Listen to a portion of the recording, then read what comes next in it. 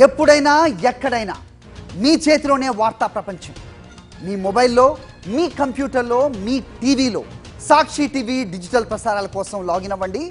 www.youtube.com/sakshi-tv. Subscribe సాక్షి TV YouTube channel. కెరీర్లో 100 సినిమాలు, తెలుగు తెరపై కావాల్సినన్ని ప్రయోగాలు అయినా సరే నాగార్జునకు ఒక డ్రీమ్ మిగిలిపోయింది.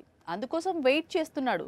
ఏ డైరెక్టర్ అయినా, ఏ స్టోరీ రైటర్ అయినా, ఏ పాన్ ఇండియా మూవీ అయినా అలాంటి క్యారెక్టర్తో ఆఫర్ చేస్తే వెంటనే డేట్స్ ఇచ్చేస్తాను అంటున్నాడు కింగ్. ఇంతకీ ఏంటా క్యారెక్టర్? తెరపై ప్రయోగాలు చేసేందుకు ఎప్పుడూ ముందుంటాడు కింగ్.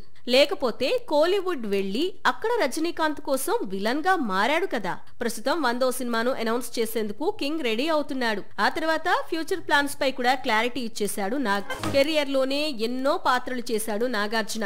ఏ పాత్ర చేసినా ప్రేక్షకులను 100% ఇంప్రెస్ చేశాడు. కొన్నిసార్లు అయితే సర్ప్రైజ్ చేశాడు.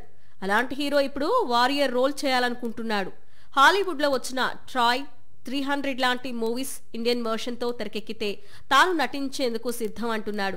అసలు ఇలాంటి క్యారెక్టర్స్ బాహుబలిలో పడ్డాయని, రాజమౌళి ఏదైనా ఒక పాత్రను తనకు ఆఫర్ చేసుండేవాణ్ణని ఇప్పుడు మనసులో మాట బయట పెట్టాడు నాగార్జున.